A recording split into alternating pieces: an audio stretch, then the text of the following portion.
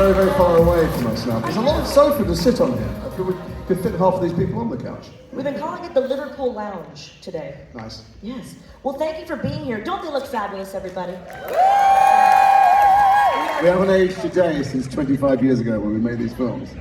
Well, first question for you. What is it like to be reunited here in Liverpool together? When's the last time you saw each other? A long time. Well, we saw each other last night in the hotel.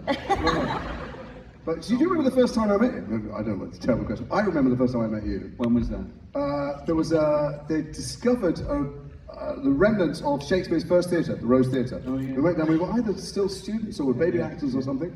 And I went down there and Ian McKellen was there, wasn't Sir yet, he was Ian there. And Simon Evans, the MP, and Ray was there, and someone knew who you were. I'm not sure we'd started acting. Someone I think had shagged you or something like that. Someone I knew you well, or maybe it had a thing with I was very innocent then. Ray was there, and I said, I was acting. But you know, I knew your name somehow, and I went, where is that? And they went down there, and I thought, God, he's pretty, isn't he? That's what I remember. It was quite an interesting, they found the remains of one of the old Elizabethan theatres, the Rose Theatre, where Shakespeare's early plays had been performed, and there was a big call out in the theatre community because the contractors were going to build a big office block on top of it. So there was a big movement to save it, which we did. And we did. We protested and we stopped there until they decided they weren't going to do it and they built around it or something. Yeah, it was amazing. Well, you just mentioned Shakespeare, so I have to have a question for Mr. Fiennes. Your directorial debut, Shakespeare's Coriolanus, amazing film. Yes, of course. Can you tell us what it was like to step behind the camera in that way? Yeah, it was scary, of course, but I actually had a conversation. Sorry, you just dropped it there. I dropped it. I'm not ashamed of dropping it. He was very sweet. He is? He's, as you know, a great actor-director, and he said, the thing is, you'll be nervous because it will be your first time behind the camera, and I don't know if you've seen the film, there's a battle sequence in it, and that was the very first few days of filming, was this huge battle sequence, which is difficult and complicated. But he did say, you will know more than you think you know, because you've been on film sets, and that's true. I tell you what was the big learning curve was editing. Right. Was seeing all the footage and having to decide as an editor what to use. That was the big eye-opener. I worked with Mel, who was always trying to encourage me to direct when we did The Patriot, and he said to me, the thing that he found out with me, so the thing I found out is acting's really easy. I'd be setting these things, doing all the complicated stuff, and they'd go, Mel, you're in this scene. They'd go, oh shit, sorry. And they'd get in front of the camera, and whereas he used to agonize about scenes, he went, I didn't even think about it, and I realized I could do it just as well without thinking about it. Huge fan of The Patriot. I just said this to him backstage. I've met you at a couple Comic-Cons and I've never had the chance to talk about The Patriot. But something I want to mention as well, Comic-Con has so many different genres, Harry Potter, Star Wars, but you've joined the Star Trek family. What has it been like to be part of that universe? Well, all right. I think that's why I got the job. And then I thought, oh Christ, Alan Rickman is already in the film playing Snape, and he's so sinister and so terrifying, Alan, even in the dressing room. Like, what am I going to do? And so I wanted as much help as I possibly could. So I came up with the wig, I came up with the cane, I came up with the most excruciating voice thing, and they wanted me in ordinary suits and capes. Basically, I wanted a parrot on my shoulder and a limp and a stutter. Anything I could do to try and be something scary. And then I realized, he's not scary, Lucius, he's pathetic, he's impotent. The reason his son is such a horrible little shit, sorry, couple of changes, at school is because he's so badly bullied at home by such a loveless father. And once I realized I didn't have to play anything powerful, I could play a cowardly bully. I knew, he's just a racist, let's face it. It's not very complicated what he is. You don't need to look very far to find those race riots in England, people who think the world was better when people like them were in charge. He's a rich white supremacist, and once I realized he was a cowardly bully, it's much easier to play. I didn't have to play evil, I had to play a coward.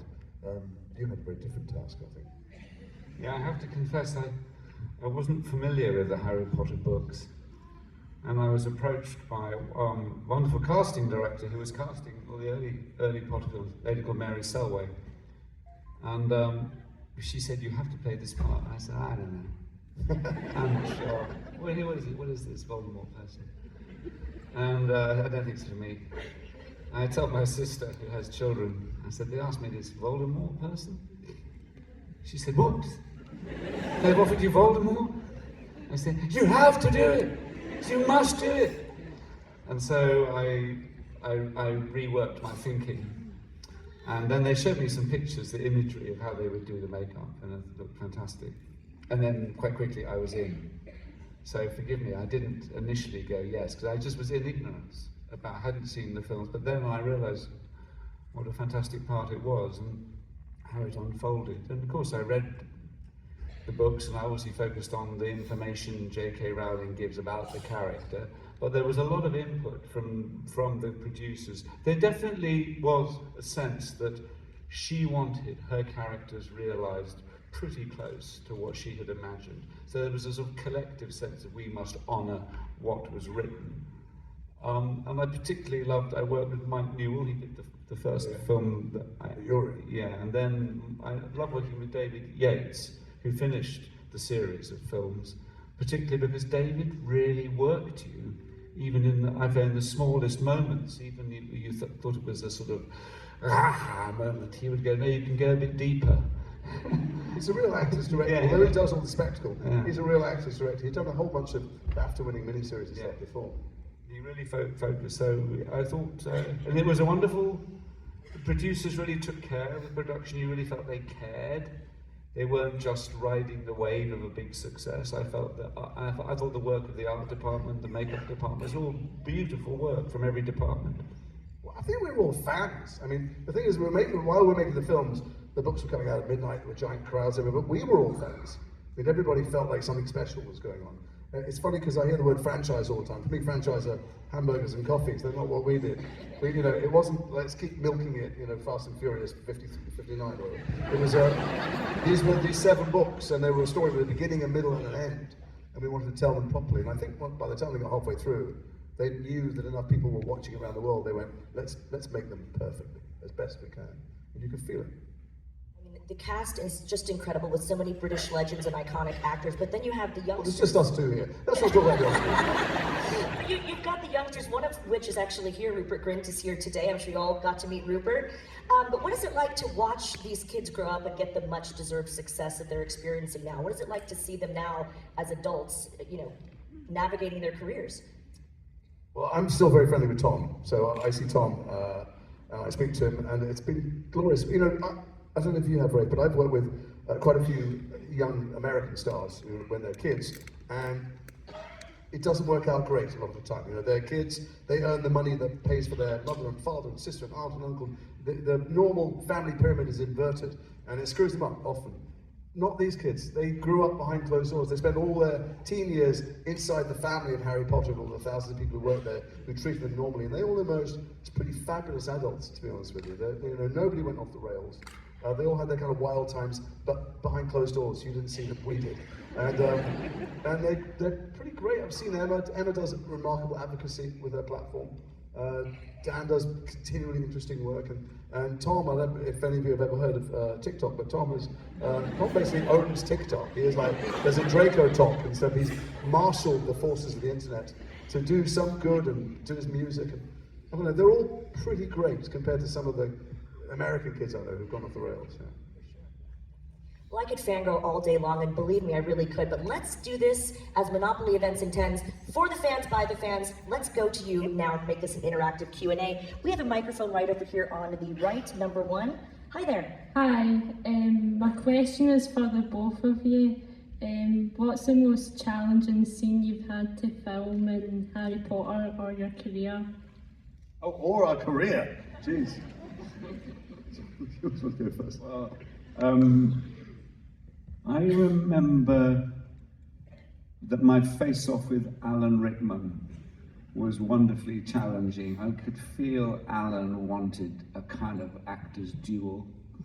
But I loved him to bits as an actor and as a man. And it was challenging in the best way, is because I think we both wanted to get as much juice out of the scene and the energy between us. So it's lovely when you work with an actor and you both know, you both have a lot of good stuff to share with each other and to, in the best sense, challenge each other if you are indeed oppositional in the scene, as we were. So I remember that scene, when you asked that question, that scene comes to mind as a kind of beautiful challenge. to come up to him, to match him, to be connected with Alan.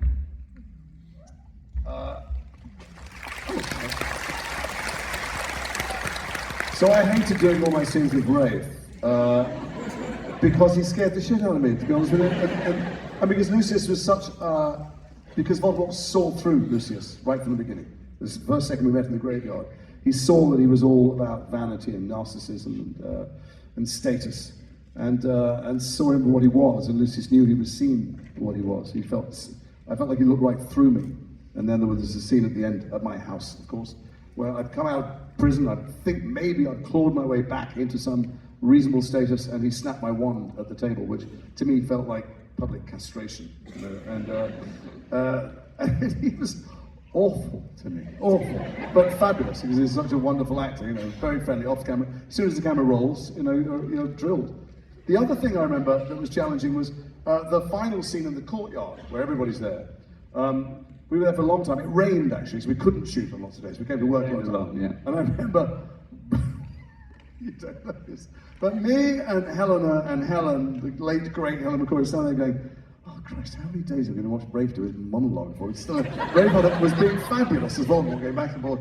We were like, "Oh my God!" And I remember thinking, "God, I've got like 2 weeks in this. I've got 3 lines." I can't believe it. And then I look over, and there's Maggie. You know, Oscar, no lines. Julie Walters, Oscar, no lines. Jim Broadbent, Oscar, no lines. Emma Thompson. I thought, at least I've got 3 lines coming up. I got nothing. So I was standing watching essentially Rafe's rather brilliant one-man show in the courtyard. It was challenging also. Great question. Thank you so much. Thank you. Thank you. Yes. Thank you so much. We've got a question over here. Microphone number 2 on the left. Hi, I'm Lily, and I've got a question for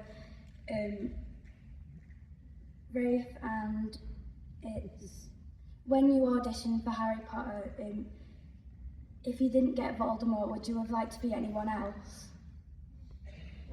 I didn't audition. I was offered the part.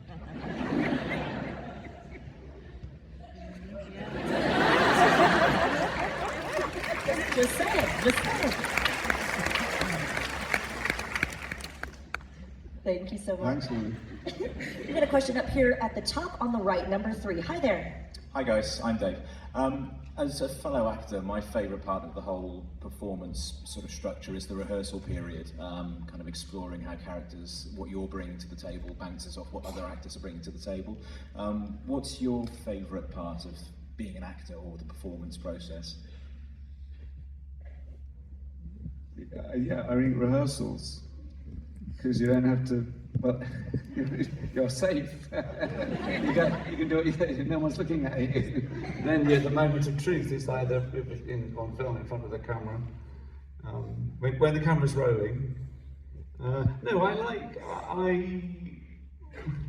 On film, I think it's the first time you put your toe in the water on a new scene and you're testing stuff out. And if you're supported by a good director who's encouraging you and nurturing you with the other, if the creative energy is good, that's for me the most rewarding time. The first few takes when you're sort of exploring what it is. I know there are directors who famously go for lots and lots of takes. There's always a sort of, for every actor I think it's different, there's a point where you kind of plateau, and you after maybe 5 or 6 you go, every scene is different, but I think the first time you're trying something out is always quite exciting because it's new. I mean, for stage work, well, I think I was drawn to be an actor actually when I was in college. I got into audition for a play, and suddenly I was in this room with people and we were discussing the real things in life, the building blocks of human behaviour. What makes us scared, jealous, nervous, confident, rude? What makes us racist? What makes us, what makes us people? What are the building blocks? What are all the inner forces? What's the 9/10 of the iceberg? I love that in rehearsal. I don't like rehearsing for film because, like Rafe said, the first time you do something, if you're cast right and the script's right, you want something magical and spontaneous to happen in front of the camera. You don't want it to happen in rehearsal or in the trailer. You want it to happen and continue to happen if possible. But one of my favourite bits of filming, not when it comes to playing wizards, is that you get access to shadow people. So I've shadowed politicians, priests, heart surgeons, drug dealers, all kinds of strange criminal or establishment figures and army people, they tell you things they wouldn't tell their closest friends or family, because you're acting, you're not playing them necessarily, and they've always wanted to tell you. It's like you're their therapist. And I've loved doing ride-alongs with cops or spending time with prisoners, things like that I find fascinating. It may not find its way onto the screen, but it's a privilege that most people don't get. Thank you very much. Thank you, great advice. Wishing you success in your acting career, sir. Good luck. We'll see you on set. We've got a question up here on the left. Microphone number 4. Hi. So as you know, you're obviously Slytherin, but do you feel like you're a different house of Harry Potter? Oh no, I'm a Slytherin. Yeah. Well, I mean, I don't really see the point of the other houses. I mean, you've got to have someone to hate, so it's Gryffindor. But the yellow one and the blue one, which I refuse to name, they're just pointless.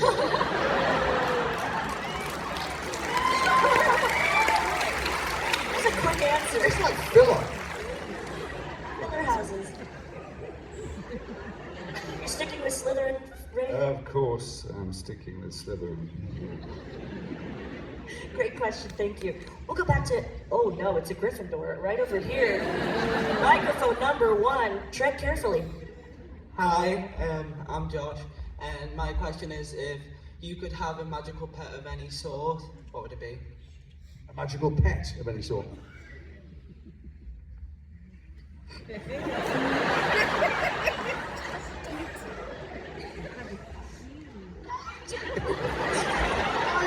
You know, I loved a mongoose. I love Rikki Tikki Tavi, the Kipling story. Always fancied a mongoose. I don't mean fancy the mongoose, I mean... I'd like a wolf. I know that's not what you're looking for or anything like that, but that's all we've got, so... I didn't have mongoose on my bingo card. That was a surprising one. We've got a question over here, number 2. Hi there. Hi, so this question's for Jason. I love Harry Potter, but I'm also a big Star Wars fan, and I love your voice work in Star Wars Rebels as a Grand Inquisitor. I just wondered, what was it like to work on that show? Because Vanessa Marshall and Steve Bloom joked how you're a big golf fan, and in between recordings you would go into this mini golf set outside the recording studio, and yeah, just what was it like to work on that show? So the thing is, I love voice work because you get cast as things that you don't look like, and you can get up late, you know, food all down your front, all that stuff. But I could do things with my voice. So I grew up talking like that in Liverpool, and I moved to London when I was 11, and so I've had lots of accents in my life, lots of them, and so I get to try them out in voice work in ways that I don't on camera, and I can play old people and young people. So, but I've done lots of animated movies and games and stuff, and you never meet the other people. So even on I was in big budget, I was in a Pixar film, I played dastardly in the Scooby-Doo film. I never met the other people, I was in comedy scenes with them. It's ludicrous. But when we did Star Wars Rebels, we were all in the studio together. It's like doing a play for Radio 4. And I remember that being lovely. And yes, there was a putting machine, and I did fuck up many takes by putting. But they let me, so that was fine. But I do remember that it was such a different energy. You get a different energy from other actors. And recording solo seems a bizarre way to make animated movies, but I continue to do it. Thank you, great question. A lot of Star Wars fans here in Liverpool, myself included. We have a question, microphone number 3 up at the top on the right. Hi there, thank you very much for coming. I just wondered, obviously you were part of the Harry Potter world, and you've been in a lot of other films, so I wonder for the both of you, what is your biggest, kind of proudest moment in your career? Apart from this. Yeah, obviously. I don't get proud. I think it's a weird feeling. It's a danger for an actor. In fact, one of the things I love about coming to conventions is that people come up to the table and sometimes they're intimidated, or I feel from them that they feel that because they've seen me on telly or on a film that I'm somehow more important, or I take up more important space. And I'm just an idiot who wears funny clothes, you know, or tells stories. We're storytellers. And so I never think I was good in a film. Sometimes I'm proud of the films.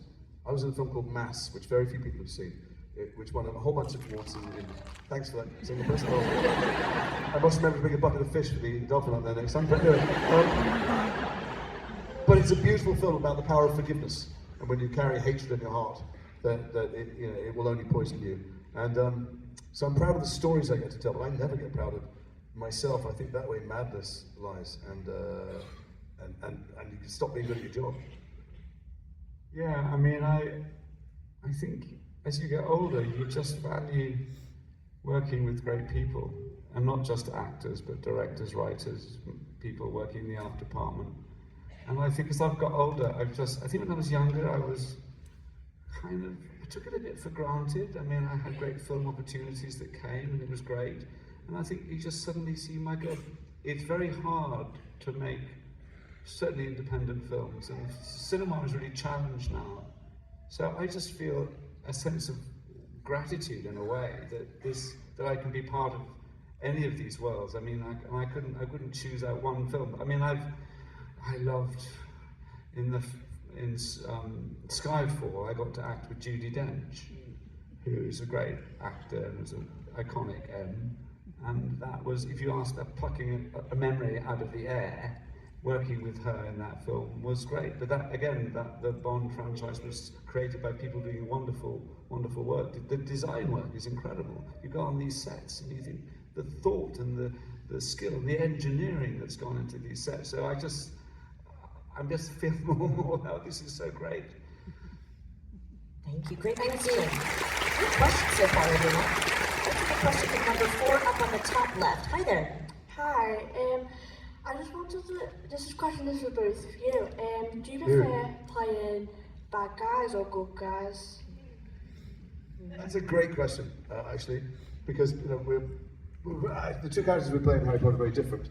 But I try only to take jobs in stories and scripts where I recognise a human being. And Lucius Malfoy, J.K. Rowling's writing is so good, and the adaptations, the directors are good enough that they wanted to create rounded human beings. And I saw a guy on the page who was not that different from the Tommy Robinson's lot, the racist mobs that rampage around Britain, or the mob in Amsterdam yesterday that chased down Jewish football supporters. I saw people I see in the news every day. I saw intolerance and hatred and fear, and someone who thinks by turning the clock back maybe to their colonial past, they can somehow regain power. And I recognized a human being. I try not to take parts when they're one-dimensional, when they're moustache twirling, because I don't think the audience is bothered by them. I don't think they hate them. I don't think they're scared of them.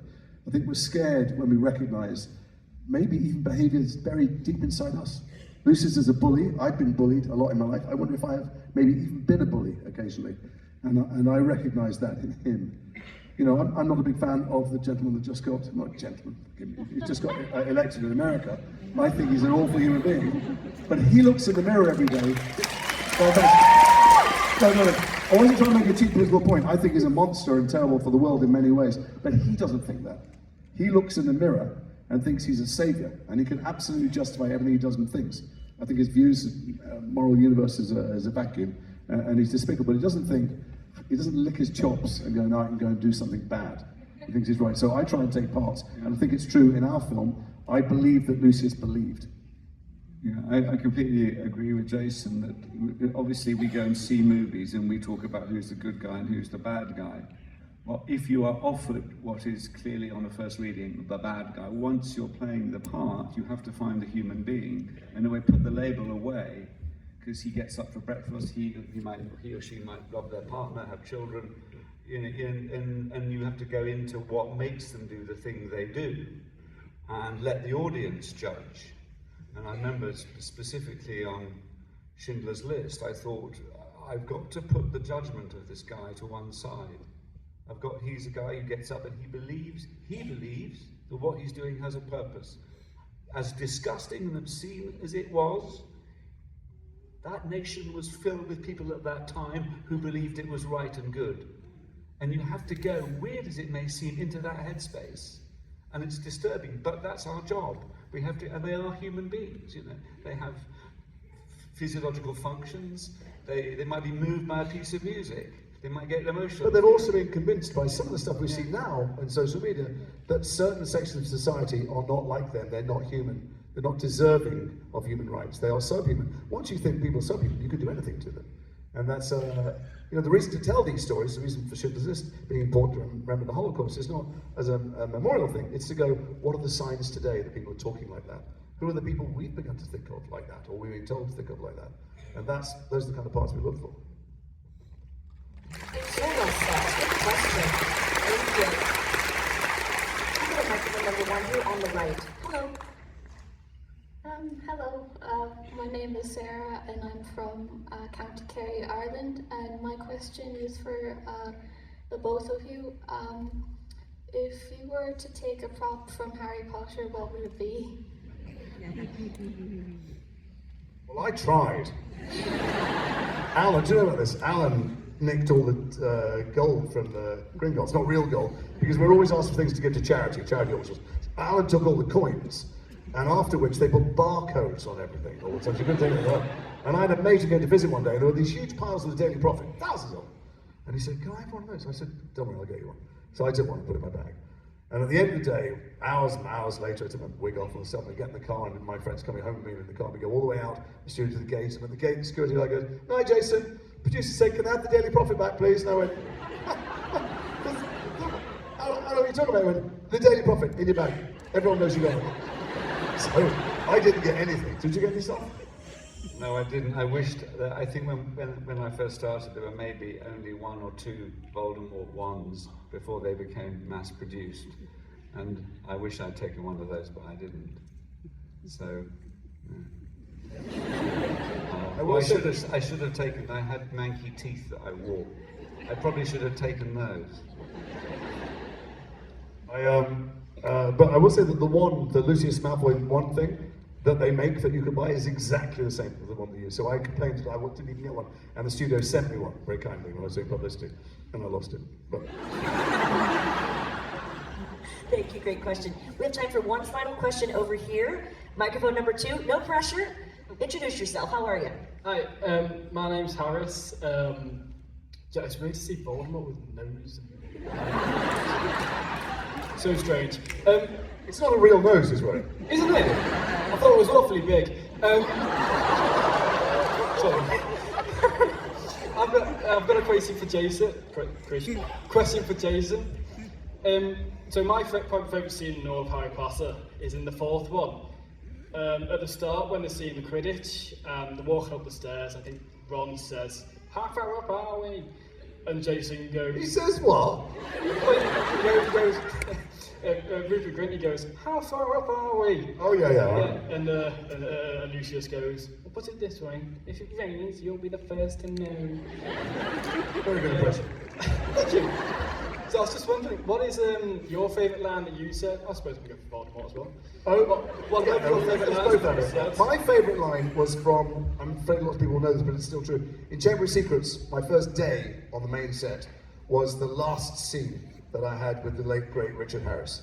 And we only got 3 minutes, so I'll tell this very quickly, but and we shot the last bit of the last scene first, because you shoot out of order, they shoot the wide shot first. It was a wide shot of me and Richard just says something like, "Thank you, Lucius, that'll be all," and dismisses me from the room. And I meant to leave, and Harry's standing there. And I said to Chris Columbus, I went, "I don't think he'd leave without, he's a very proud man, he's not going to be dismissed. I feel he should say something." Chris says, "All right, well, say something." I go, "Well, like what?" He goes, "I don't know. It's your idea, you can say something." Sure, okay, so we went again, we shot again, and I turned to Harry, and he said, "Thank you, Lucius, that'll be all. Maybe you're not filming, are you? Put that down, put that down. I'm talking to you, God's sake. Put it down. Oh yeah, I can see you." He said, "Thank you, and I said, I told Daniel, who was about chest high, and I said, "Let us hope Mr. Potter will always be around to save the day." And without a blink, he went, "Don't worry, I will be." And I said, "My favourite line is not my line, I made up." I just thought, Christ, he's good, isn't he? I was trying to get the last line. My favourite line is that Dan, at 12, was right on it, who came out with a line. It's his line. Favourite line in the film? My favourite line is probably Harry Potter. The boy who lived, come to die.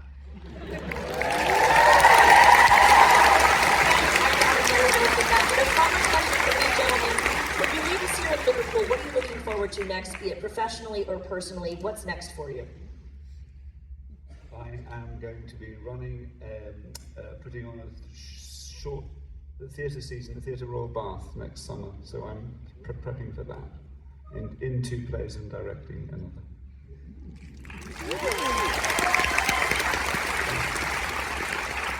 I was quite looking forward to dinner. And then I was going to get in the car, I was going to go and see where I grew up in Chiltwell, and then see if my old school was still there. But then after that, I'm on a plane on Monday morning, going to Montreal. My daughter has just directed her second play at college, and I'm looking forward to watching her play next week. But professionally, you know, nothing happening. I'm never going to work again.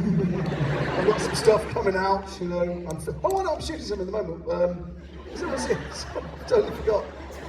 So, I'm filming The Entirely Made Up Adventures of Dick Turpin. Anyone seen that? No? I'll tell them, they'll be very upset. It's a big series on Apple anyway. Noel Fielding, it's very, very silly, and I'm filming that as well. Well, I just have to say, this was an honor for me. I've been telling them all day how much I was going to fangirl. I think I did okay, but I'm still fangirling you guys. It's been a group effort. They love you. Liverpool loves you. Thank you. Thank you so much. Ladies and gentlemen, please show your appreciation for Jason Isaacs and Ray Pines. I'm going to do a little selfie. That's okay, Jennifer. Take a little photo of everyone here in Liverpool. All right, I'm going to count you down. I need you to make a lot of noise, Liverpool, in appreciation for Jason and Ray. All right, let's go, guys, in 3, 2, 1.